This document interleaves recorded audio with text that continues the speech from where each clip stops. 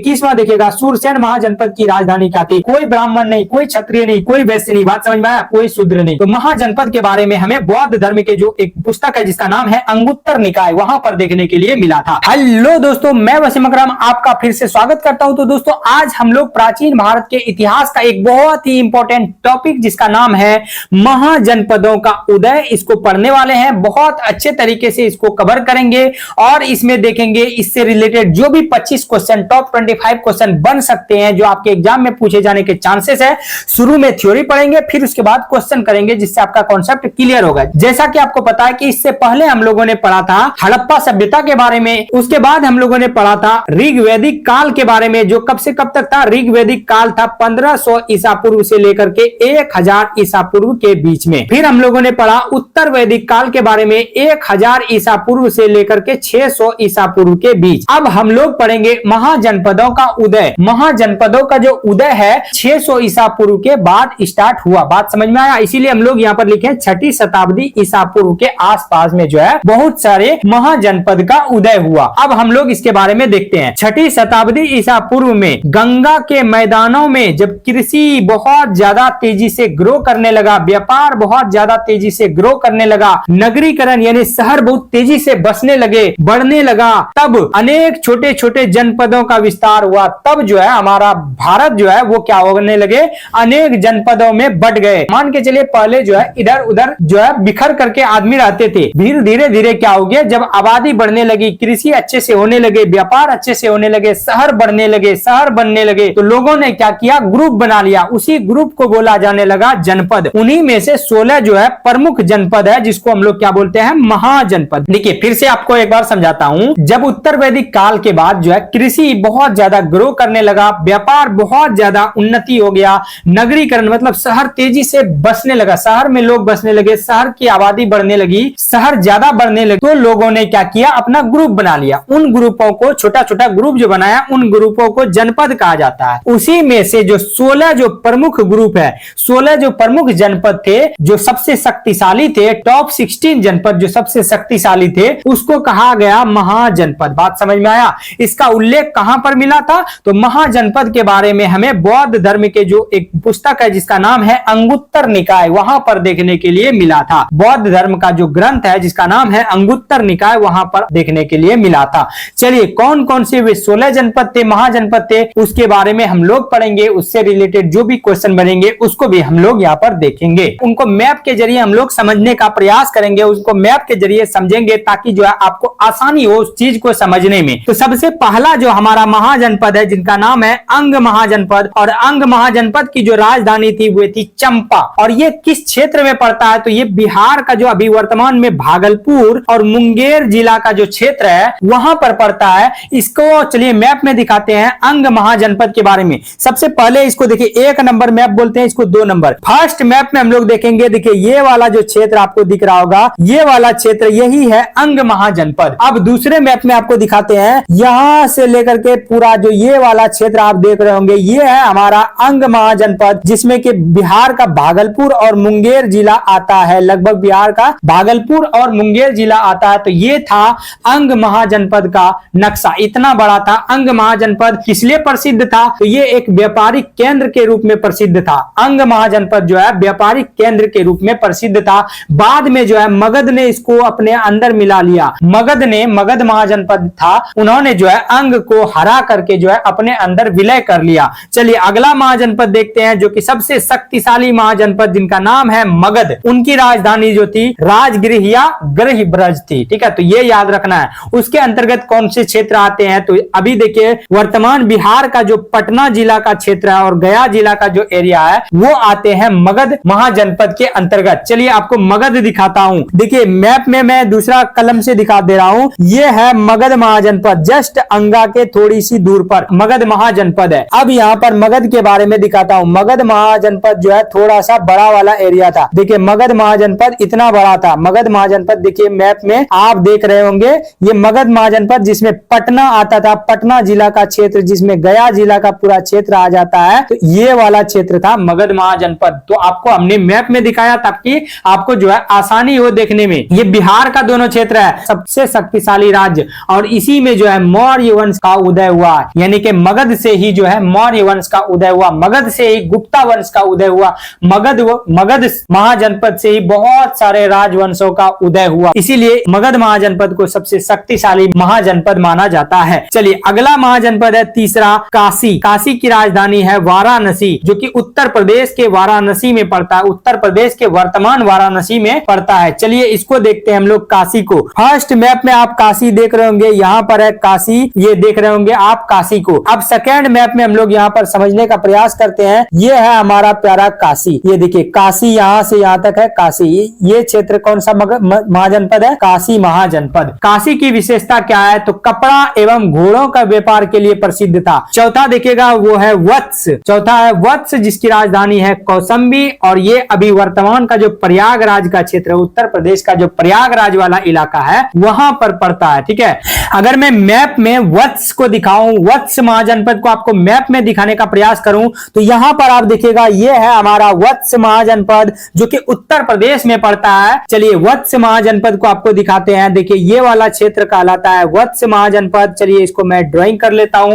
तो ये आपको समझाने का तरीका बताइएगा ये कैसा है, मैं जो मैप के जरिए समझा रहा हूं। यहाँ की विशेषता क्या है? वत्स महाजनपद जो है वो यमुना के किनारे स्थित था। पांचवा महाजनपद देखिएगा वज्जी, राजधानी वैशाली, जो कि बिहार के मुजफ्फरपुर, वैशाली और दरभंगा क्षेत्र में पड़ता है। और आपको पता है कि वज्जी जो है ये एक गणराज्य था, यानी कि यहाँ पर जो है चुनाव होता था, यहाँ पर राजा का जो है वोटिंग सिस्टम था, राजा के लिए वोट होता था। और जिसमें से सबसे जो गणराज्य फेमस था वो लिच्छवी गणराज्य था, सबसे फेमस गणराज्य था इसके अंतर्गत लिच्छवी गणराज्य, जहां पर कि गौतम बुद्ध का जन्म हुआ था। चलिए अब हम लोग देख लेते हैं वज्जी को। वज्जी कहां पर है इसको हम लोग देखते हैं। वज्जी देखिए आपको दिखाने का प्रयास करूं, अगर वज्जी तो ये ऊपर में आप देख रहे होंगे, यहाँ पर जस्ट एकदम मगध के ऊपर वज्जी दिख रहा होगा। मैप में दिखाता हूं वज्जी, ये है वज्जी, बिहार का दरभंगा मुजफ्फरपुर वाला इलाका जो है वो उसमें क्या है? वज्जी है। चलिए अब अगला देखते हैं। छठा है कौशल और इसकी राजधानी है श्रावस्ती। ये कहां पर पड़ता है? तो उत्तर प्रदेश का जो फैजाबाद अभी का अयोध्या है, गोंडा है, बराइच है, इन सभी क्षेत्रों में पड़ता है। बात समझ में आया? यहाँ की विशेषता क्या है? यहाँ के एक शासक थे प्रसेनजीत, जो बहुत ही ज्यादा ताकतवर थे, जिन्होंने मगध को टक्कर दिया था। जिन्होंने क्या किया था?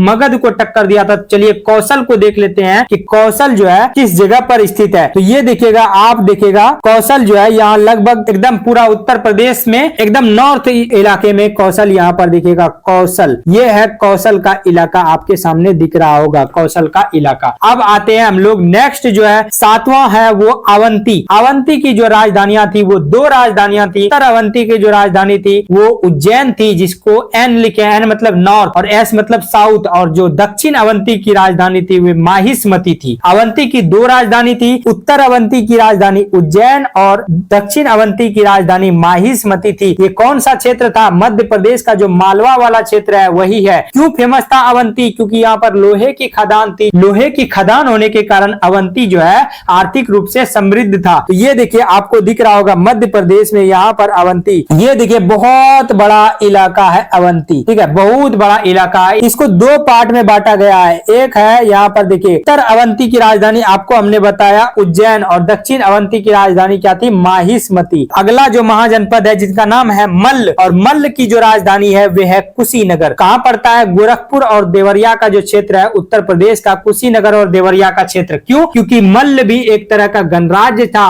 और बुद्ध ने जो है यहीं पर महापरिनिर्वाण पाया था। बुद्ध ने जो है यहीं पर महापरिनिर्वाण, यानी बुद्ध की जो मृत्यु हुई थी वो यहीं पर हुई थी। बात समझ में आया? मल्ल किस जगह पड़ता है? तो ये देखिए मल्ल जो है यहाँ पर पड़ता है काशी के ऊपर, काशी के जस्ट उत्तर में पड़ता है मल्ल का क्षेत्र। चलिए मैप में आपको दिखा देता हूँ, ये छोटा सा क्षेत्र मल्ल का क्षेत्र है। छोटा सा जो क्षेत्र देख रहा होगा ये है मल्ल का क्षेत्र। चलिए अब आते हैं हम लोग नेक्स्ट है नवा महाजनपद है पांचाल। नवा महाजनपद है पांचाल, और पांचाल की भी जो दो राजधानियां थी। उत्तर पांचाल की राजधानी अहिच्छत्र और दक्षिण पांचाली की राजधानी काम्पिल्य। दक्षिण पांचाली की राजधानी काम्पिल्य। और ये कौन सा इलाका था? तो ये बरेली वाला इलाका, बदायूं, मुरादाबाद, फर्रुखाबाद वाला जो इलाका है उत्तर प्रदेश का वो है। क्या फेमस था?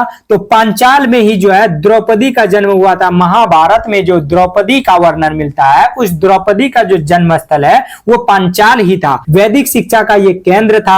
चलिए पांचाल को हम लोग देख लेते हैं। पांचाल, ठीक है, तो फर्स्ट मैप में देखेंगे पांचाल कहां पर है, यहाँ पर आपको दिख रहा होगा। चलिए पांचाल्य, देखिए इतना बड़ा क्षेत्र को पांचाल्य बोला जाता था, ये क्षेत्र है पांचाल्य। चलिए अब आते हैं हम लोग 10वां है, 10वां महाजनपद चेदी। चेदी की राजधानी है सुक्तिमती और ये उत्तर प्रदेश का जो बुंदेलखंड वाला इलाका है वो है। महाभारत में जो शिशुपाल का राज्य था, महाभारत में जो शिशुपाल का राज्य था वो कौन सा था? चेदी ही था। महाभारत में जो जिक्र है शिशुपाल के बारे में तो वो चेदी से ही रिलेटेड है। चलिए चेदी के बारे में देख लेते हैं। ये है चेदी जो कि वत्स के जस्ट पास में है। चेदी जो है ये वत्स और अवंती के जस्ट पास में है। बात समझ में आया? वत्स और अवंती के जस्ट पास में आपको चेदी गणराज्य दिख रहा होगा, चेदी राज्य दिख रहा होगा। चलिए अगला 11वां है कुरु। कुरु की राजधानी है इंद्रप्रस्थ और ये कौन सा इलाका है? हरियाणा, दिल्ली और मेरठ वाला इलाका है। महाभारत से संबंधित प्रसिद्ध स्थल है, महाभारत से संबंधित ये राज्य है, प्रसिद्ध स्थल। यहीं पर तो कुरुक्षेत्र की लड़ाई हुई थी, कुरु में ही। चलिए कुरु को आपको दिखाने का प्रयास करते हैं।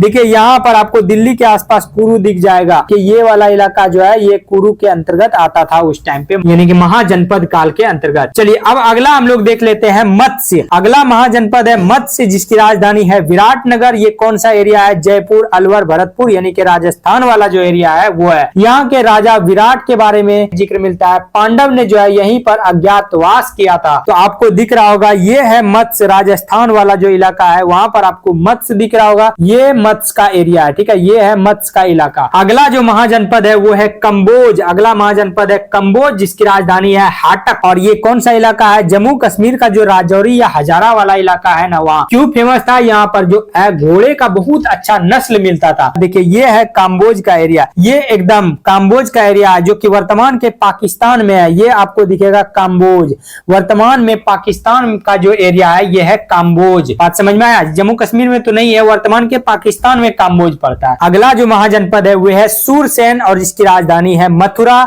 उत्तर प्रदेश में पड़ता है। आपको पता है कि कृष्ण की पूजा का प्रमुख केंद्र क्या था? मथुरा। आपको दिख रहा होगा यहाँ पर है सूरसेन महाजनपद। इस मैप में देखते हैं पांचाल से जस्ट सटा हुआ महाजनपद सूरसेन है।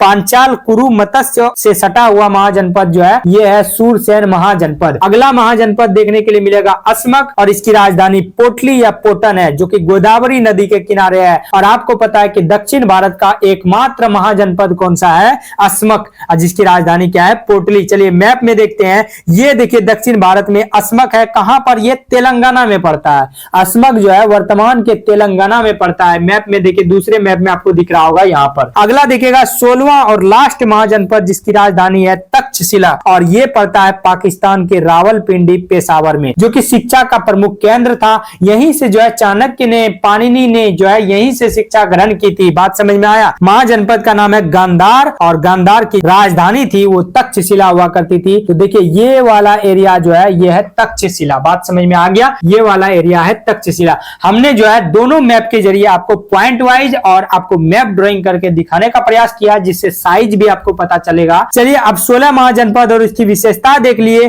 अब कुछ चीजें देख लेते हैं कि जैसे कि महाजनपदों की जो प्रमुख विशेषताएं हैं उनके बारे में थोड़ा तक जिक्र करेंगे और इसके बाद हम लोग क्वेश्चन कर लेंगे 25 क्वेश्चन, जिससे जो है आपका कॉन्सेप्ट क्लियर हो जाएगा। राजनीतिक परिवर्तन देखेंगे कि हम लोग सबसे पहले क्या देखे? हम लोगों ने देखा हड़प्पा, उसके बाद हम लोगों ने वैदिक सभ्यता देखा यानी कि ऋग वैदिक काल देखा, हम लोगों ने उत्तर वैदिक काल देखा। अब हम लोग देख रहे हैं महाजनपद काल। इसमें क्या क्या हुआ था? तो छोटे छोटे जनपदों का जो है विलय होकर बड़े राज्यों का निर्माण हुआ, यानी कि इसके बाद जब ये जनपद थे तो धीरे धीरे क्या हुए? आपस में ये छोटे छोटे जनपद जो है मिलकर के क्या हुए? बड़े राज्य का निर्माण हुआ। जैसे कि आपको हमने बताया कि यहाँ पर क्या हुआ? मगध ने जो है अंग को जीत लिया, काशी को जीत लिया, वत्स को जीत लिया, वज्जी को जीत लिया। इन सभी को जीत करके एक बड़ा सा मौर्य साम्राज्य बनाया गया। बात समझ में आया? आगे पढ़ाएंगे। कुछ राज्यों में राजशाही जबकि कुछ राज्यों में गणराज्य व्यवस्था थी। हमने आपको बताया कि दो ऐसे जो महाजनपद है जो गणराज्य हुआ करते हैं उसको तो आपको याद करना ही करना है। कौन कौन से महाजनपद है जो गणराज्य थे? तो वो याद रखना है। सबसे पहला जो गणराज्य था वज्जी, याद रहेगा, सबसे पहला गणराज्य वज्जी। इसी के अंतर्गत तो लिच्छवी आता था। ठीक है, दूसरा गणराज्य आपको देखने के लिए मिलेगा मल्ल। वज्जी और मल्ल ये दो गणराज्य थे। बाकी जो 14 महाजनपद है उसमें राजा का शासन हुआ करता था। इसमें भी राजा का शासन था लेकिन इसमें चुनाव होता था, इसमें वोटिंग होता था सभा के द्वारा। आम जनता वोटिंग नहीं करते थे, खास लोग जो है वोटिंग करते थे। मगध सबसे शक्तिशाली राज्य बनकर उभरा। आगे चल के मगध जो है सबसे शक्तिशाली राज्य बनकर उभरा। आर्थिक विकास के बारे में देख लेते हैं। लोहे के उपयोग से कृषि उत्पादकता में वृद्धि हुई। जब लोहे का खोज हुआ था उत्तर वैदिक काल में 800 ईसा पूर्व में, तो इससे क्या हुआ, महाजनपद के टाइम पे जो है कृषि का जो है उत्पादन बहुत ज्यादा हुआ, व्यापार भी बढ़ा, सिक्कों और नगरों का तेजी से विकास हुआ। इस टाइम पे सिक्कों का प्रचलन भी शुरू हो गया था, नगर जो है तेजी से डेवलप हो रहे थे, व्यापार जो है तेजी से ग्रो कर रहे थे। व्यापारी वर्ग को सेठ या श्रेणी कहा जाता था, व्यापारी वर्ग को सेठ जी या श्रेणी जी कहा जाता था। सामाजिक परिवर्तन की बात करें तो वर्ण व्यवस्था और कठोर हो गई, मतलब ब्राह्मण का बेटा ब्राह्मण, क्षत्रिय का बेटा क्षत्रिय और वैश्य का बेटा वैश्य, शूद्र का बेटा शूद्र। लेकिन यहां पर जो है ऊपर के दो ब्राह्मण और जो क्षत्रिय थे ये अपने आप को जो है बहुत ज्यादा महान समझते थे, इसीलिए इनका प्रभाव जो है ये बढ़ गया, यानी कि ब्राह्मण के बिना कोई काम नहीं होता था, और क्षत्रिय जो है इनका भी प्रभाव जो है बहुत ही ज्यादा बढ़ गया था। बात समझ में आया। और शूद्र और वैश्य जो है नीचे दब गए थे इस टाइम पे, महाजनपद के टाइम पे। धार्मिक परिवर्तन के बारे में देखेंगे। कर्म कांडों के विरोध में दो धर्मों का उदय हुआ जिनको बोला जाता है, पहला है बौद्ध धर्म और दूसरा है जैन धर्म। बौद्ध और जैन धर्म में जो है इन सभी का झंझट ही खत्म हो गया, कोई वर्ण व्यवस्था नहीं, कोई पुरोहित नहीं, कोई कुछ नहीं, भेदभाव का कोई मतलब ही नहीं रहा। इन्हीं कर्म कांडों मतलब के इन्हीं भेदभाव के कारण अगर किसी को यज्ञ कराना होता था बहुत ज्यादा खर्चा होने लगा, यज्ञ बहुत ही ज्यादा जटिल हो गया था। अब सोच के देखिए एक गरीब आदमी यज्ञ नहीं करा सकता था, और भी बहुत सारे कर्मकांड थे, पूजा करने के लिए भी बहुत ज्यादा धन संपत्ति की आवश्यकता होती थी। इन सभी कर्मकांडों के विरोध में जो है दो धर्म का उदय हुआ जिनको बोला जाता है बौद्ध धर्म और जैन धर्म। ये धर्म समानता और अहिंसा पर आधारित थे, मतलब ये अहिंसा की बात करते थे ये दोनों धर्म, और समानता था मतलब हर एक इंसान बराबर है, कोई पुरोहित नहीं, कोई ब्राह्मण नहीं, कोई क्षत्रिय नहीं, कोई वैश्य नहीं, बात समझ में आया, कोई शूद्र नहीं, सब इंसान बराबर है। मगध का उदय हुआ, इसी के टाइम पे क्या हुआ, मगध का उदय हुआ। मगध ने क्या किया, अन्य महाजनपद को जीतकर भारत के पहले साम्राज्य यानी कि मौर्य साम्राज्य की नींव रखी। यानी मगध ने क्या किया, अगल बगल के जो महाजनपद थे उनको जीतकर अपने अंदर में मिला लिया और एक मौर्य साम्राज्य का नींव रखा। चलिए मैप में दिखाता हूं मगध महाजनपद के आसपास के क्षेत्र। तो देखिए ये आपको बताए थे कि ये है हमारा मगध, प्यारा सा मगध महाजनपद। तो इन्होंने क्या किया, ये जो आसपास के क्षेत्र है मतलब को मिला करके जो है अपना एक राज्य बना लिया, मौर्य साम्राज्य बना लिया। बात समझ में आया, जो कि बहुत ज्यादा फैल गया था, जो कि बहुत ज्यादा फैल गया था। चलिए अब देखते हैं, बिंबिसार ने अंग महाजनपद को हरा करके अपने साम्राज्य में मिला लिया। तो अब देखिए मगध में जो है कौन मिल गया, मगध में जो है ये अंग वाला क्षेत्र मिल गया। तो अब जो है मगध जो है इतना बड़ा हो गया। अब आगे देखते हैं और चीज देखते हैं, अजात शत्रु ने वज्जी को आपस में मिला लिया। अजात शत्रु ने वज्जी को मिला लिया मगध में। जस्ट ऊपर में जो दिख रहा है ये वज्जी है, ठीक है, ये जो ऊपर में आपको दिख रहा है ये वज्जी है, तो ये मगध में मिल गया। अब जो रेड कलर में दिख रहा है ये पूरा मगध है। शिशुनाग ने जो है, शिशुनाग ने अवंती को महाजनपद को जीतकर मगध में मिला लिया। शिशुनाग ने क्या किया, अवंती को जीत लिया, ठीक है। अवंती मतलब कि इतने बड़े महाजनपद को, इसको भी जो है मगध में मिला लिया, इसको भी जो है मगध में मिला लिया। महापद्मनंद ने कुरु को मिला लिया, पांचाल को मिला लिया, काशी को मिला लिया, कौशल को मिला लिया। देखिए कुरु पांचाल, आपको कुरु दिख रहा होगा, यहाँ पर कुरु है, इसको भी मगध बना दिया। पांचाल आपको दिख रहा होगा, पांचाल किधर पर है, ये है, इसको भी जो है मगध में मिला लिया। वत्स, वत्स कहां पर है, ये देखिए इसको भी मगध में मिला लिया। काशी, इसको भी मगध में मिला लिया। कहने का मतलब है इसको भी मगध में मिला लिया। बात समझ में आया। तो ये सभी चीजों को जीत लिया। इतना ये सभी पूरा भारत में जो है मगध का विस्तार हो गया। पूरे भारत में मगध साम्राज्य का धीरे धीरे विस्तार हो गया। मिथिला, सुरसेन, अस्मक, कंबोज, अवंती, इन सभी छोटे महाजनपदों को जो है मगध में मिला लिया गया। बात समझ में आया। अब इससे रिलेटेड जो टॉप 25 क्वेश्चन बनते हैं उसको देखेंगे फटाफट। चलिए पहला क्वेश्चन, महाजनपदों का उल्लेख किस बौद्ध ग्रंथ में है, आपको बताए अंगुत्तर निकाय में। किसमें है, अंगुत्तर निकाय में है। दूसरा क्वेश्चन, कुल कितने महाजनपदों का उल्लेख मिलता है, तो 16 महाजनपदों का उल्लेख मिलता है। तीसरा क्वेश्चन, 6ठी शताब्दी में महाजनपदों के उदय का मुख्य कारण क्या था, ये मुख्य कारण था कि कृषि का बहुत ज्यादा डेवलपमेंट हुआ था, व्यापार का बहुत ज्यादा डेवलपमेंट हुआ था, नगरीकरण बहुत ज्यादा डेवलप हो चुका था, इस कारण जो है महाजनपद का उदय हुआ। ठीक है, बात समझ में आया। चौथा क्वेश्चन देखिएगा, अंग महाजनपद की राजधानी क्या थी, चंपा थी। अंग महाजनपद की राजधानी चंपा थी। पांचवा क्वेश्चन, अंग महाजनपद का विलय किसने किया, तो अंग महाजनपद का विलय बिंबिसार ने किया। छठा क्वेश्चन, मगध महाजनपद का प्रारंभिक राजधानी क्या थी, तो मगध महाजनपद की जो प्रारंभिक राजधानी थी गिरिब्रिज या राजगिरी थी। ठीक है, ध्यान रखिएगा। सातवां क्वेश्चन, कौन सा महाजनपद बाद में मौर्य साम्राज्य की नींव बनी, तो मौर्य साम्राज्य की जो नींव थी, मौर्य साम्राज्य राज्य का जो सेंटर था वो कौन था? मगध। वो कौन सा था? मगध। चलिए 8वां क्वेश्चन देखिएगा, कौशल महाजनपद की राजधानी क्या थी? तो आपको पता है कौशल की राजधानी क्या थी? श्रावस्ती। किधर है? कौशल की राजधानी श्रावस्ती। चलिए अगला क्वेश्चन देखिएगा आप, 9वां क्वेश्चन, वज्जी महाजनपद की राजधानी क्या थी? तो वज्जी महाजनपद की जो राजधानी थी वे वैशाली थी। वज्जी की राजधानी वैशाली। 10वां क्वेश्चन देखिएगा कि वज्जी संघ किस प्रकार के शासन व्यवस्था थी? आपको हमने 2 बताया था। वज्जी जो है ये गणराज्य था। वज्जी जो है ये क्या था? गणराज्य था। और कौशल का प्रसिद्ध शासक कौन था? तो आपको बताया था कौशल में जो है फेमस जो राजा थे कौशल के वे थे प्रसेनजीत, जिन्होंने मगध को टक्कर दिया था। बात समझ में आया? 12वां क्वेश्चन, अवंती महाजनपद की राजधानी कौन सी थी? तो अवंती महाजनपद की 2 राजधानी थी, उत्तर में उज्जैन और दक्षिण में माहिष्मती। तो याद रखिएगा, ठीक है, आंसर हो जाएगा ऑप्शन नंबर सी। चलिए 13वां क्वेश्चन, मल्ल महाजनपद की राजधानी क्या थी? तो मल्ल महाजनपद की जो राजधानी थी वे कुशीनगर थी। अब मल्ल भी एक तरह से गणराज्य ही था। 14वां क्वेश्चन, बुद्ध ने महापरिनिर्वाण कहां प्राप्त किया था? तो महापरिनिर्वाण मल्ल की राजधानी कुशीनगर में प्राप्त किया था। यानी कि बुद्ध की जो मृत्यु हुई थी मल्ल की राजधानी कुशीनगर में हुई थी। चलिए 15वां क्वेश्चन, पांचाल महाजनपद की उत्तरी राजधानी, देखिए पांचाल की भी 2 राजधानी थी, उत्तरी राजधानी आहिछत्र थी और दक्षिणी राजधानी काम्पिल्य थी। चलिए 16वां क्वेश्चन, पांचाल महाजनपद की दक्षिणी राजधानी काम्पिल्य थी। ध्यान रखिएगा। 17वां क्वेश्चन, चेदी महाजनपद के क्षेत्र वर्तमान में कहां है?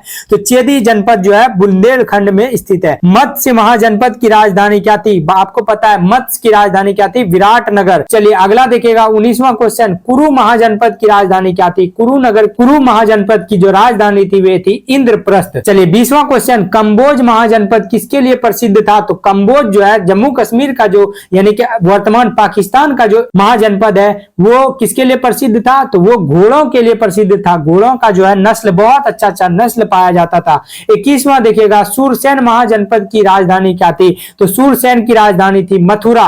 और 22वां क्वेश्चन, अस्मक महाजनपद कहां पर स्थित है? अस्मक महाजनपद एकमात्र महाजनपद जो दक्षिण भारत में स्थित है, गोदावरी नदी के किनारे। एकमात्र महाजनपद जो गोदावरी नदी के किनारे दक्षिण भारत में स्थित है वो क्या है? अस्मक महाजनपद। अभी वर्तमान में तेलंगाना में पड़ता है। 23वां क्वेश्चन, कौन सा दक्षिण भारत का एकमात्र महाजनपद है? तो अभी हमने बताया अस्मक महाजनपद। 24वां क्वेश्चन, गांधार महाजनपद की राजधानी क्या थी? तो तक्षशिला थी। क्या थी? तक्षशिला थी। 25वां और लास्ट क्वेश्चन देखिएगा, किस महाजनपद से चाणक्य और पाणिनि का संबंध था? तो चाणक्य और पाणिनि का संबंध कहां से था? तक्षशिला से, यानी गांधार महाजनपद से। किससे? गांधार महाजनपद से। तो दोस्तों बताइएगा कि महाजनपद से रिलेटेड जितने भी क्वेश्चन किए बहुत ज्यादा इंपॉर्टेंट थे और साथ में हमने जो थ्योरी किया वो बहुत ही ज्यादा महत्वपूर्ण थे। तो दोस्तों वीडियो पसंद आए तो वीडियो को लाइक कीजिएगा, अपने दोस्तों के साथ शेयर कीजिएगा, चैनल को सब्सक्राइब कीजिएगा और नीचे एक प्यारा सा कमेंट्स कर दीजिएगा। फिर मिलेंगे हम लोग नेक्स्ट वीडियो में। तब तक के लिए हंसते रहिए, मुस्कुराते रहिए।